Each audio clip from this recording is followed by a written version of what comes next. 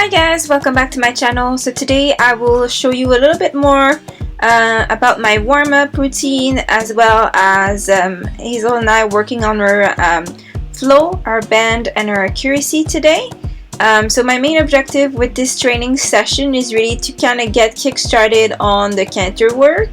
My coach obviously showed me a little bit how to do it during the previous week, and we've been doing it during the lesson, but I'm really trying to practice that on my own and see if I can get some pretty nice results as well on my own, so we can just keep on working on that new skill here in balancing the canter.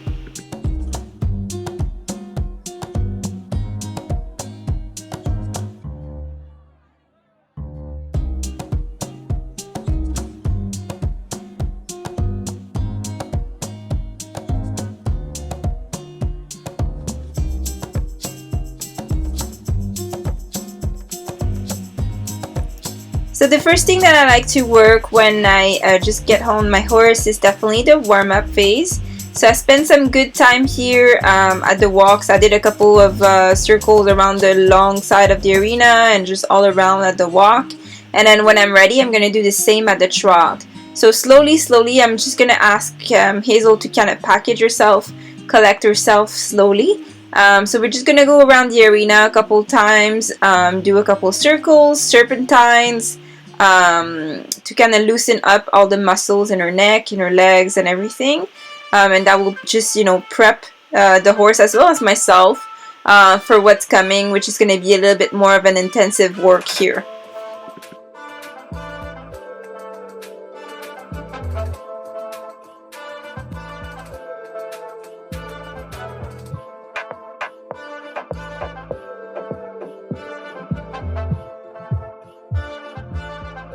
So as you can see here, I'm opting to do a figure 8, and what it does is it really helps to work on the bend of the horse. You really want to make sure that the horse's shoulder blades as well as their hips are centered on the action that you're asking, so that's always a good tool.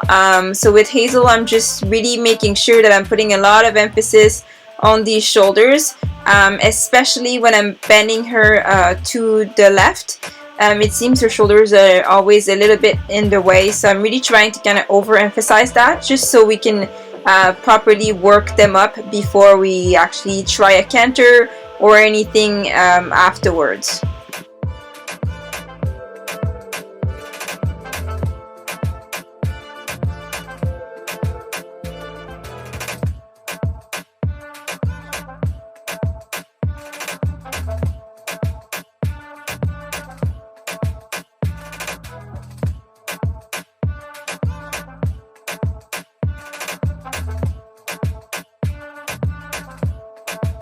Another thing that I like to work on when I'm actually warming up is like the speed of the gaits that we're in. So with the trot, what I'm trying to do is sometimes package it really small and then ask her, push her forward a little bit, and then ask her for a more extended trot. So that's what I try to do on the long side. Usually I just try to kind of really get her to stretch her leg forward and trot a little bit. And it's the same with the neck as well. So I'm gonna collect her and ask her to really package herself really small, so her neck's gonna be a little tight, a little tense, and then you release the pressure as well and get her to stretch on the longer, usually on the longer sides or across the diagonal, whichever is more convenient at the time. But that's also something I like to really work with her, because it's really important that her gaits stay really elastic and I can control that speed, that shape, and a little bit of everything. So I really like to work that on the warm-up stage. Another exercise that you can do as well is you can do some spiral in and spiral out. I've mentioned it in different videos, but it does have a lot of impact when it comes to bend, especially when you have like a horse like mine that has a little bit of like shoulder issue, in which they don't really put their shoulder where they're supposed to. So that's something I really like to work on with Hazel as well, depending on what the issue is on that day. So obviously when you get on your horse, it's time to just, slowly get them into work, and you can also see where the flaws are going to be pretty much for the day. So if she is sore on one side and she's, bulging out with her shoulders, I'm gonna know right away, and that's something I'm gonna have to be consistent in working with her during that session.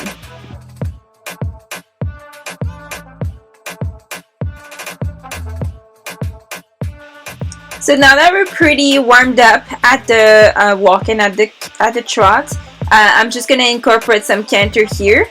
And since we're really working on balancing that canter, I'm gonna first make sure that she picks up the canter, so she's not allowed to speed up to it. She really has to pick up the canter from the trot and no fast forward in between or extra little step.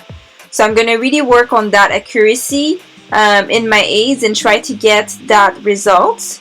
Another thing as well is to work on the bend. So I really want to make sure that when I'm in the canter, I'm using her shoulder in the best way possible to ensure that first I have a good circle, and second of all that she doesn't fall out of control, because when the shoulders are not aligned properly, it's really hard to control the horse.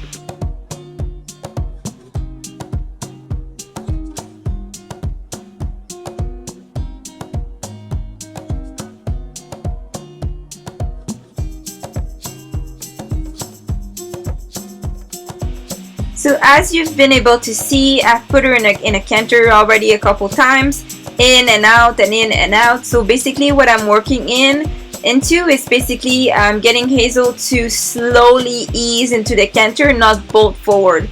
So as soon as I feel a lot of resistance, a lot of tension when it comes to picking up the canter, I'm going to stop it, go back to a trot, and then get back into a canter if I have to, or back her up if ever she's really pushy, she's really rooting, she's unbalanced, like she's just not properly, aligned with the canter done. When it's majorly wrong, I'll definitely give her a backup. We were also trying to not make a big deal out of cantering, so we're just trying to get in and out and in and out, and then smoothen the edge between going into it and getting off of it. So these are really important key elements, because you want your horse to look like they're still going forward, but they're just picking up the different speed. So you don't want them to bolt into it, you don't want them to go too slow into it. So that's something that I really have to work on with Hazel, because she tends to really bolt forward. So as you can see here, why I backed her up is because she was speeding once again in between the gates. So I'm asking her for canter, I'm asking her once, and I want her to pick up the canter right away. I don't want her to speed walk into it. It really has to be accurate. So that's what I'm going to be working on next. As you can see, I'm just backing her up because she was a little bit like heavy and a little bit forward as well. So these are the reason why I'm backing her up. It's just to basically reframe her mentally and physically.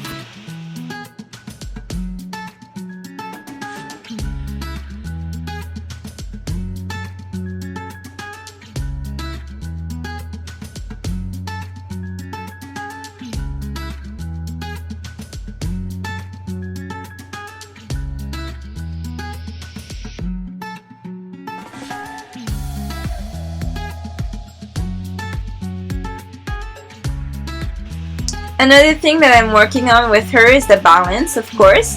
So it's really great when you can pick up a canter in a heartbeat, which is really accurate. That's great. But then I have to also really make sure that I can get her to balance and use her rear end a lot more. So as you can see here, she was rooting a little bit forward and she was so unbalanced. She was really on the forehand. She was really into my hand and it was getting heavy. So that's also one of the reasons why I am actually backing her up when I feel like it's very significant and that she's not making a change. So that's something I'm going to work on. So you'll see me backing her up a couple times at the beginning. And then usually mid-session, I'm going to switch gear. And even if she's not fully balanced, I'm just going to push her forward to get her off of my hands a little bit. So depending on where we're at and how she's balancing herself, there's two things that you can do if your horse falls in your hands or on the forehand.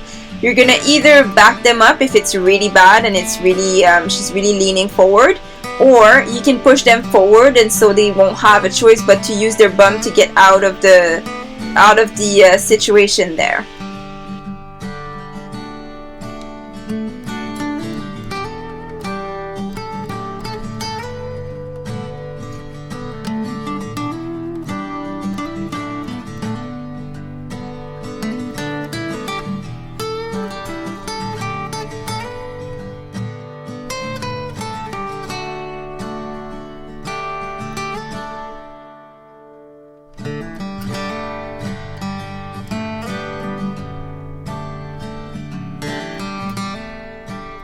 So as you were able to see here, it's getting a little bit smoother into the transition, so in getting in and getting out. So we're doing some good job, and you also will notice that I'm actually working her a little bit harder and a little bit more on this side, just because all the way through the week it was her weakest side. So I just really want to kind of strengthen the muscle on that side, because the other side is literally flawless almost. So it's really easy to get in, get out, and get a good balance. It's just this side is a little trickier, and I think she might have some weakness in her muscle. So I really want to kind of help her a little bit and just get her to build those muscles a little bit more.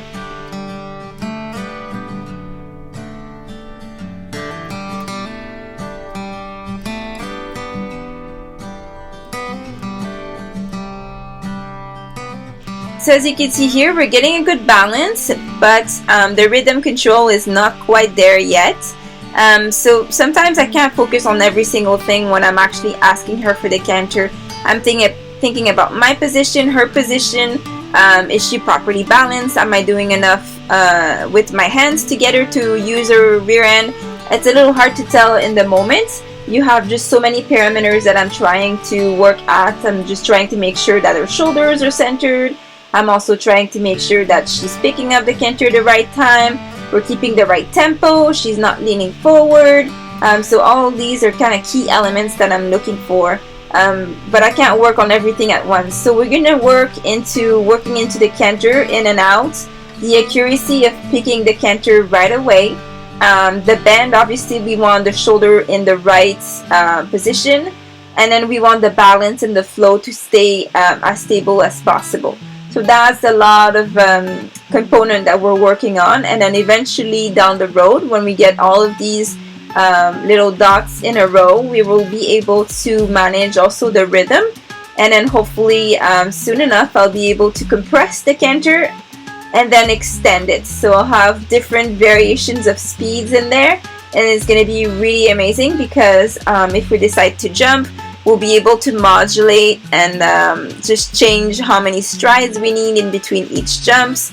And same goes for dressage. Of course, you don't want a horse like galloping through the center line. You want them nice and poised, and you need a collected canter, and you'll need an extended canter. Those are really important key components for the dressage as well.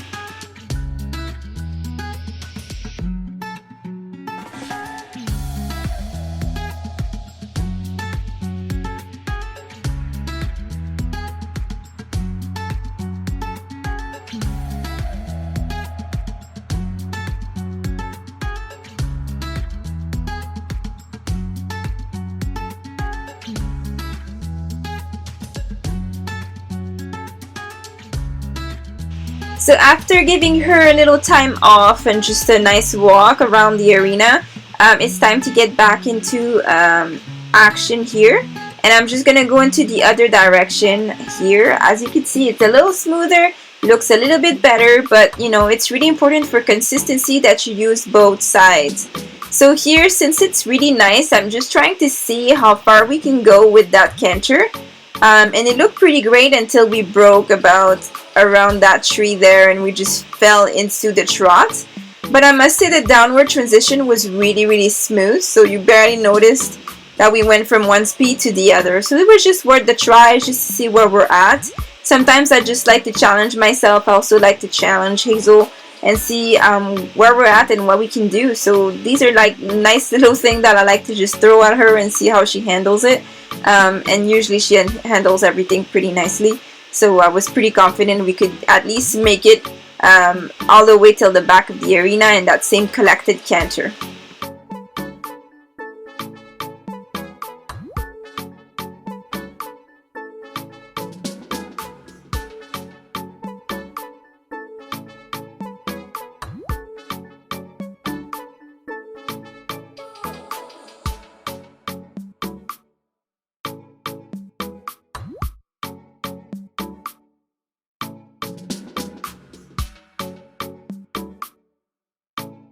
So on that side she did pretty well. I'm gonna try a couple times to just see if I can modulate her rhythm. That's something that sometimes I feel like she falls off easily. is that she gets into a standard trot, let's say, and it's really hard to kind of make her go forward a little bit, just push her off my leg, get her a little bit more rhythm, more expression. So that's something that little things that I'm working with her so she can stay consistent and really follow through with what I'm asking her to do and when I'm actually asking her to do. So once again, since we just it went really well on the other side, we're just switching side again. On her weaker side, we really want to kind of work those muscles in a little bit. I feel like she's almost getting there, but we just need a little bit extra exercise on that side. So my objective here is just to get some nice canter transition. And as you can see, my accuracy is definitely becoming better. So when I'm asking her to canter, she picked it up right away. There was not even a step in between. She went from trot to canter, not an issue. She, I think, midway broke into leaning forward. As you can see here, her head is really driving the motion of her body. We're going to try to work these little kinks here and there smoothly. And we broke also the trot. When I brought her back, it was a little bit abrupt, and that's something that we're working on. It's just because we have to find the right communication. Sometimes I'm asking her, okay, let's go back to trot, and she just doesn't catch it. So I have to be a little bit more, not aggressive, but a little bit more demanding. And sometimes it just happens, she just really overreacts a little bit. So we just have to kind of smoothen that connection a little bit more.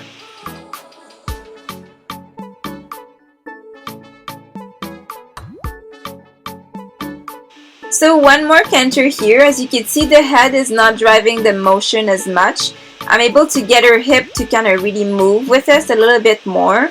Her neck is a little bit too cranked into the inside, a little bit much more than I would like it to be, but we can't fix it all at once. So if I need to ask her for more neck to get the right rotation at the right time, that's what I'm going to do.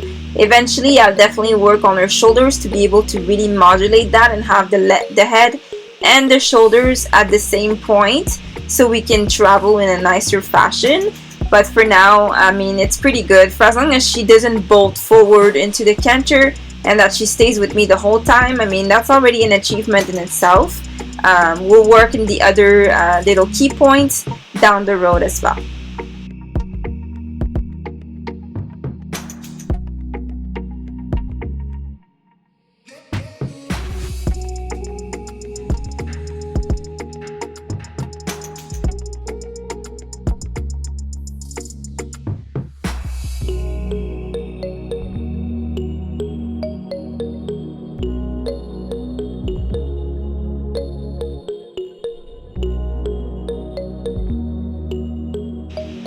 So as you'll see, I'm giving her good breaks as well.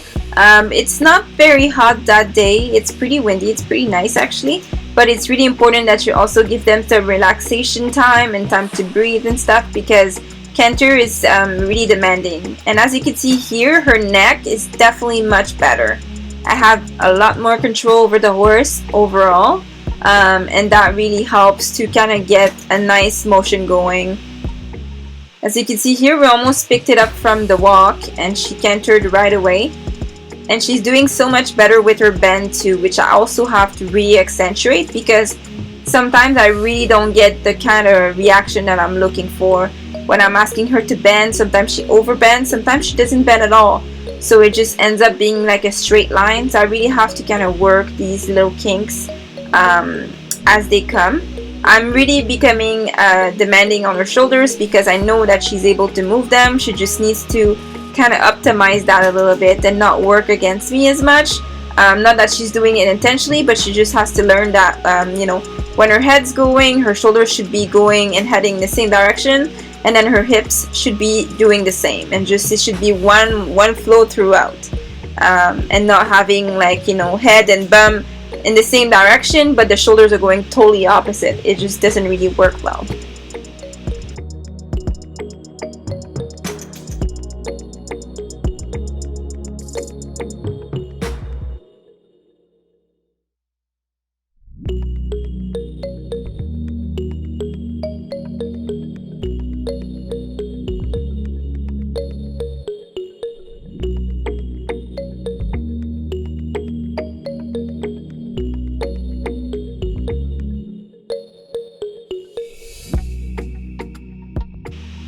So here Hazel is becoming tired and she's starting to root a little bit more.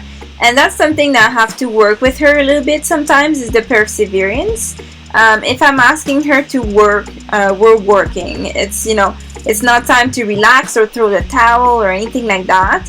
And she's just gonna have to learn to ease into her energy level here. She's gonna have to gauge a little bit better and not just spend it all at once in like bursts of energy. She's gonna have to learn to be a little bit more productive and manage herself a little bit better. So we just have to work over that kind of hump of energy. Like sometimes it just goes into a hump and then it goes into a depth of energy. So we really have to kind of streamline that as well. And as you can see, she's definitely a little bit more tired. Her head is going a little lower. And sometimes she just drags me a little bit with her head. So every time she does that, she's going to get a nice backup. Because definitely the control is the key. If you don't have control of the horse, there's just no point of working them anymore. You're not going to be able to accomplish anything. So because we're going close to the end of the session here, I'm just giving her more breaks. But when we're working on the canter, we're definitely working hard at it, and I can get to fix a couple of things in that state because she doesn't have as much energy. So she will definitely listen to me and pay attention to me a lot more because she wants to get a weight and she wants to be done for the day. So me, I'm just waiting for the right opportunity to call it a day. So it has to be, we have to end on a nice note, and then we'll be good for the day.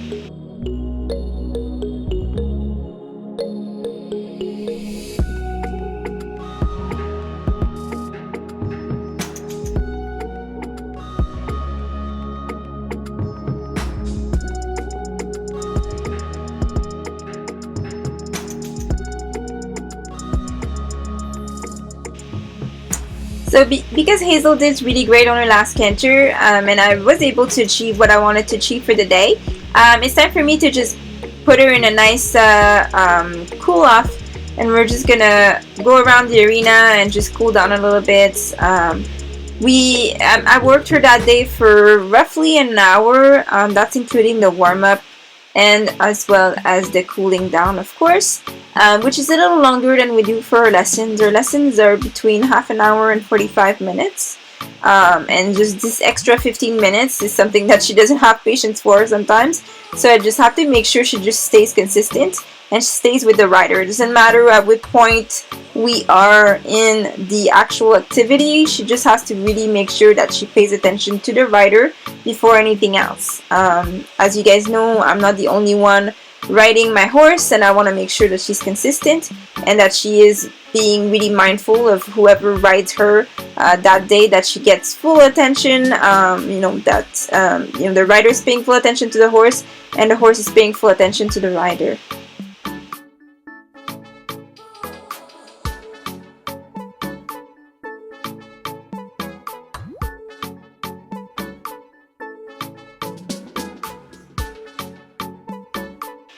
So that is it for today's vlog. I hope that you guys really enjoyed this nice day outside, and that you've learned something great and new that maybe you can put and implement with your horse.